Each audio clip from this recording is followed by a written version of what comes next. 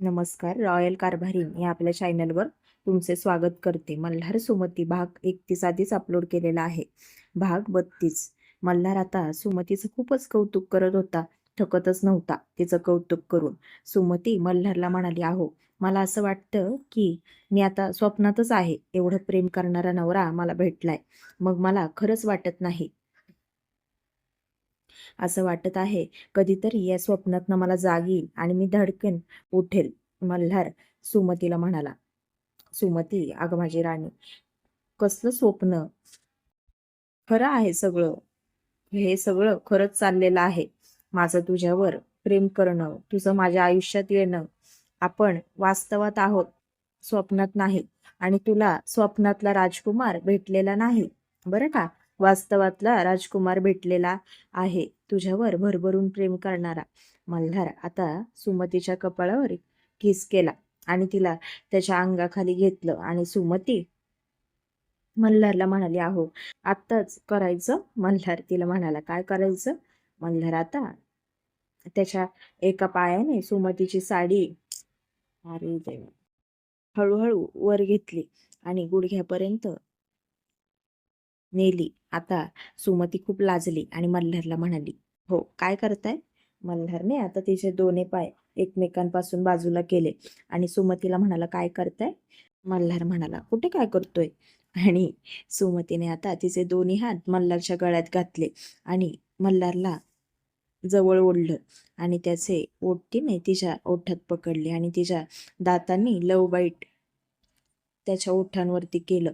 मल्हार सुद्धा आता सुमतीमध्ये मिसळला आणि सुमतीला तो पॅशनेटली किस करायला लागला. सुमतीचे ओठ मल्हार सोडतच नव्हता. मल्हारने आता सुमतीच्या पदराची पिन काढली आणि इतक्यात दाराची बेल वाजली.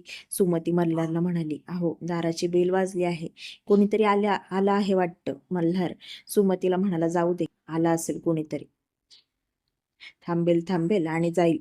सुमती मल्हारला म्हणाली, अहो असं काय बोलताय, मला पाहू दे कोण आलंय ते. मल्हारने आता परत सुमतीला पकडलं आणि तिला म्हणाला, काही गरज नाही, जाऊ दे. आणि परत तिला जवळ घेऊन तिच्या मानेवर तिच्या छातीवर किस करायला लागला आणि परत 2 मिनिटांनी बेल वाजली आणि सुमतीने मल्हारला बाजूला केलं. पटकन तिची साडी नीट केली, केस वरती बांधले आणि मल्हारला म्हणाली, पाहून येते कोण आलंय ते. मल्हार तसाच झोपून राहिला आणि म्हणाला, कोणाला ते आत्ताच यायचं होतं. सुमतीने आता दार उघडला आणि पाहते तर दारासमोर आई आणि मावशी दोघी जणी आल्या होत्या. सुमतीने कधी मावशीला पाहिलं नव्हतं, पण सुमती ओळखून गेली की ह्या मावशीच असणार. आई आणि मावशी सुमतीला म्हणाल्या, सरप्राईज. सुमती म्हणाली, अरे बापरे. आई म्हणाल्या, अरे बापरे म्हणजे? सुमतीने लगेच तिचा शब्द फिरवला आणि म्हणाली, अरे बापरे नाही, मला अरे वा असं म्हणायचं होतं. आई सुमती आईला म्हणाली, आई बरे आहात ना तुम्ही? आणि आई म्हणाल्या, हो. आणि मावशीला पण म्हणाली, मावशी तुम्ही पण बऱ्या आहात ना? मावशी म्हणाल्या, उत्तम, खूप छान आहे. आणि तू कसं काय ओळखलं मला की मी मावशीच आहे म्हणून? सुमती म्हणाली, ओळखलं मी तुम्हाला, तुम्हाला ओळखणार नाही असं होईल का? मावशी म्हणाली, वा वा मधू, खूपच गोड स्वभावाची सून आहे बरं का तुझी. आई म्हणाल्या, आता काय, चला की आतमध्ये. का, काय ग सुमती, आम्हाला दोघींना बाहेरच उभं करण्याचा विचार आहे का तुझा? सुमती आता हसत म्हणाली, नाही नाही आई, या ना आतमध्ये. आणि सुमतीने दोघींच्या पण हातातली बॅग घेतली आणि दोघी आत आल्या. मल्हार म्हणाला, सुमती अजून आली आली कशी नाही आतमध्ये? कोण आला आहे काय माहिती. मल्हार पण आता वैतागून उठला आणि बाहेर हॉलमध्ये आला आणि पाहतो तर आई आणि मावशी दोघी जणी आल्या होत्या. मल्हार लगेच पुढे आला आणि आईला मिठी मारली. आईला म्हणाला, आई अगं कशी आहेस तू? मी आई म्हणाली, मी खूप छान आहे. आणि मावशीच्या पण गळ्यात पडला. मावशीला म्हणाला, मावशी गिव अ सरप्राईज. मावशी, असं तुम्ही दोघी जणी येणार आहात आणि मगाशी मला फोन लावला होतास तेव्हा का नाही सांगितलं? आई म्हणाली, मग ते सरप्राईज राहिलं असतं का? मल्हार सुमतीला म्हणाला, सुमती आईला आणि मावशीला पाणी दे. सुमती म्हणाली, अहो दिलं मी पाणी मगाशी. आई मल्हारला म्हणाली, मल्हार माझी सून तिच्या कामांमध्ये कुठेच कमी पडत नाही बर का, आणि तिला कुठल्याच गोष्टी सांगाव्या लागत नाहीत. मल्हार मावशीला म्हणाला, मावशी तू आलीस बरं झालं. मी आईला म्हणणारच होतो की मावशीला आपल्या घरी घेऊन ये. किती दिवस झाले आली नाहीस घरी. मावशी म्हणाली, आता आली आहे ना. आई म्हणाल्या, अरे बळबळ आणलं आहे तिला.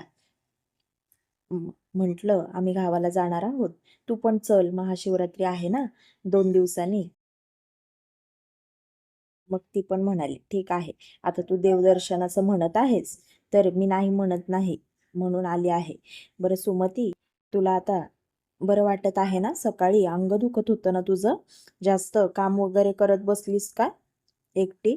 मल्हार आता गालातल्या कोपऱ्यात हसला आणि सुमतीला डोळ्यांनीच इशारा केला. सांग आता, कशाने दुखत होतं? काय काम करत होतीस?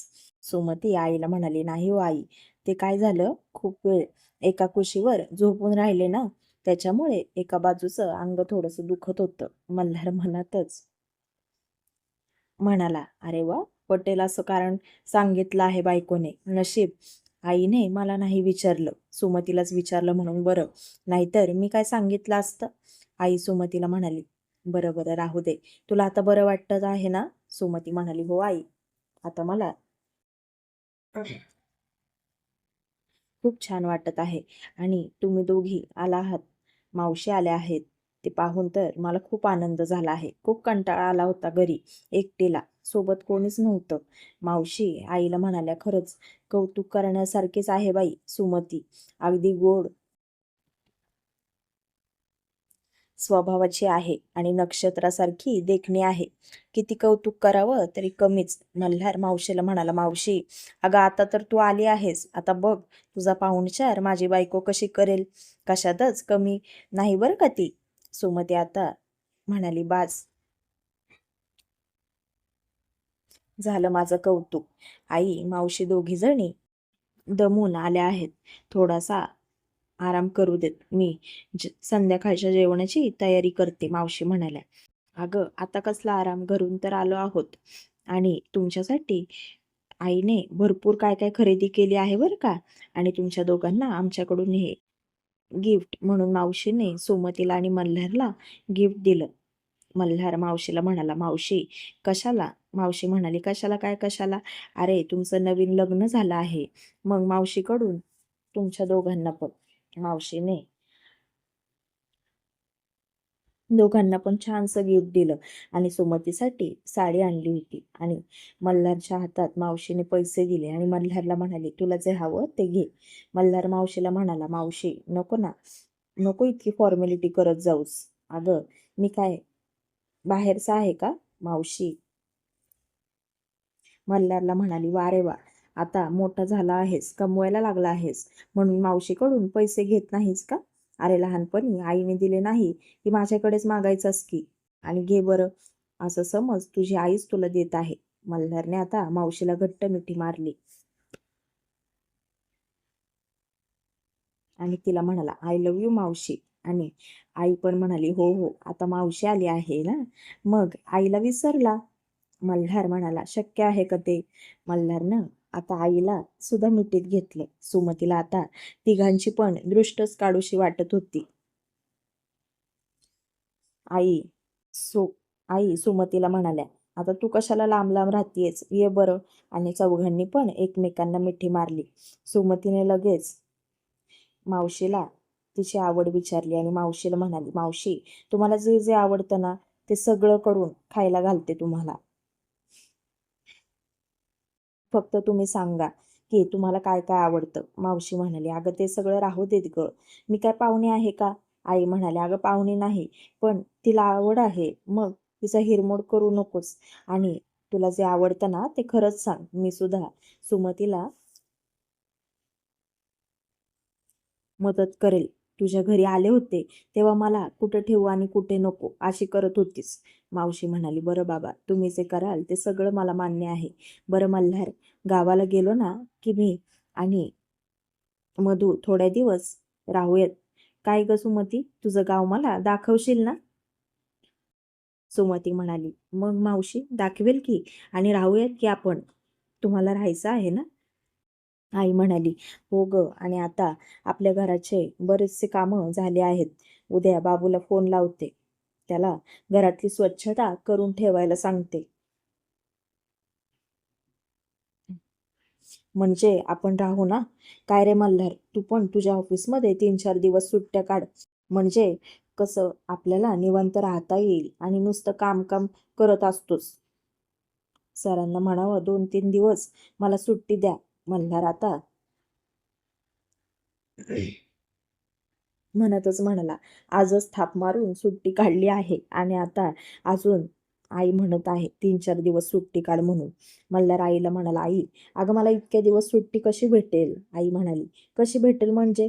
अरे तू माग तर. सरांना म्हणावं बरेच दिवस दिवसात ना गावाला चाललो आहे, थोडंसं घराचं काम आहे, ते करायचं आहे. अरे, नवीन रोपं लावायची आहेत, जागेमध्ये आंब्याची कलमं लावायची आहेत. तर तू पण हवाच आहे ना तिथे? मल्हार आईला म्हणाला, आई, आपण एक काम करू, आपण ही शेती एखाद्या गरजू गरजू शेतकऱ्याला करायला देऊयात, आणि घराची स्वच्छता करायला मी एक माणूस ठेवतो गावाला. म्हणजे तुला कधी आठवण आली की तू गावाला जाऊन राहू शकतेस. आणि तुला तर माहितीच आहे, आपल्याला इथे जागा आहे, त्या जागेची सुद्धा केस चालू आहे. मग तिथे जर उद्या घर बांधायचं झालं तर मला पैसे लागणार आहेत. त्याच्यामुळे आता जास्त खर्च काढू नकोस. शेत चालवायला दिलं तर आपल्याला पीक पण भेटेल. तुला पाहिजे तर निम्म वाटून घे, नाहीतर मग पैसे घे. काहीही कर, पण सगळं तुझंच आहे. तुझ्या हातात ठेव. मला काही नको त्यातलं. आता ह्या केसकडे लक्ष द्यायचं आहे मला. आई आता म्हणाली, महादेवा, खरंच निकाल आमच्या बाजूने लागू देत. मल्हारच्या बाबांनी ती जागा घेऊन ठेवली आहे. त्यांचं स्वप्न होतं की ह्या जागेत मस्त घर बांधावं. मल्हार, खरंच त्यांचं स्वप्न पूर्ण होईल ना? सुमती आता किचनमधनं म्हणाली, आई, नक्की होईल. तुम्ही काही काळजी करू नका. महादेवाला आपण साकडं घालूयात, म्हणजे ती केस आपल्याच बाजूने लागेल. हो ना हो? मल्हार आता सुमतीला म्हणाला, हो ग माझी भोळी बायको, तुझा देव काय करणार आहे ग? सुमती मल्हारला म्हणाली, अहो असं काय बोलताय? त्या महादेवामुळेच मी तुमच्या आयुष्यात आले आहे, आणि त्याच्याच मंदिरात आपल्या दोघांची पहिली भेट झाली आहे. तुम्ही विसरलात का? त्यांनीच तर आपली जन्मोजन्मीची गाठ बांधली आहे. आणि आई, तुम्ही काही काळजी करू नका. मी स्वतः महादेवाला साकडं घालेल की निकाल आपल्याच बाजूने लागू देत. आणि मी सांगते ना तुम्हाला, निकाल आपल्याच बाजूने लागणार. आई सुमतीला म्हणाल्या, सुमती, तुझ्या तोंडात साखर पडू देत. खरंच असं व्हायला पाहिजे. मल्हार,